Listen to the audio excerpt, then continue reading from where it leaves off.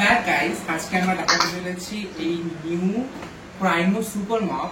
আমি অনেকদিন ধরে একটা মপ খুঁজলাম ঘরের ফ্লোর ক্লিনিং এর জন্য, যেগুলি মার্কেটে অ্যাভেলেবেল ছিল সেগুলি আগে একটা কিনেছিলাম। But the main problem was কি, এই যে রডস গুলো ছিল না, ওতে ওই রডস গুলো মানে এই জয়েন্টে গিয়ে ভেঙে যেত।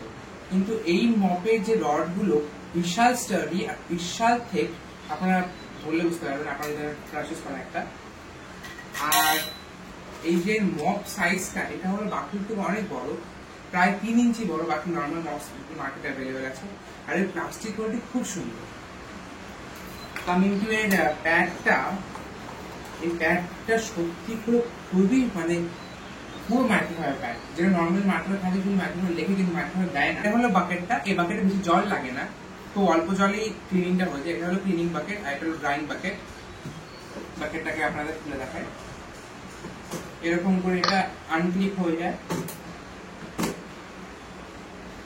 আর এখানে দুটো ড্রায়ার রয়েছে, একটা যাবে এখানে আর একটা যাবে এখানে। আর যদি ড্রায়ার গুলো খোলা যায়, এটা ক্লিনিং করা আরো বেশি ইজি হয়ে যায়।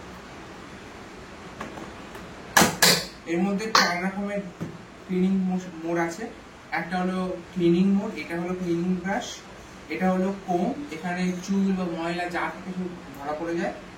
এটা হলো ড্রাইং, আর এটা হলো আলট্রা ড্রাইং। এখানে এটা যদি আমি বারবার করি তাহলে এই মপটা পুরোপুরি ড্রাই হয়ে বেরিয়ে আসে। আর এটা সব থেকে ভালো জিনিস লাগলো, এটা তলায় সাকশন কাপসটাও আছে।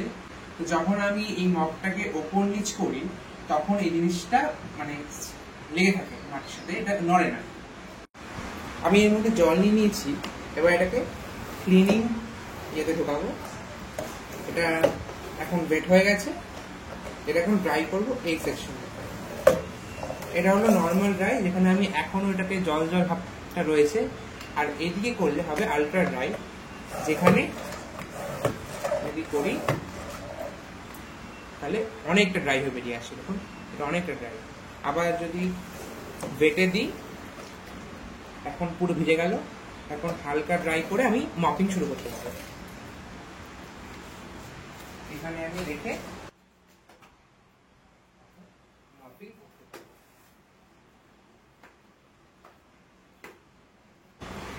এই মপিং করলাম। এখন যা ময়লা ধরেছে দেখুন, এখন এদিক ওদিক ময়লা লেগেছে, এই ময়লাটাকে এখন আমি এই ঢুকিয়ে ক্লিন করে নিলাম। আর এখানে আবার ড্রাই করে নিলাম।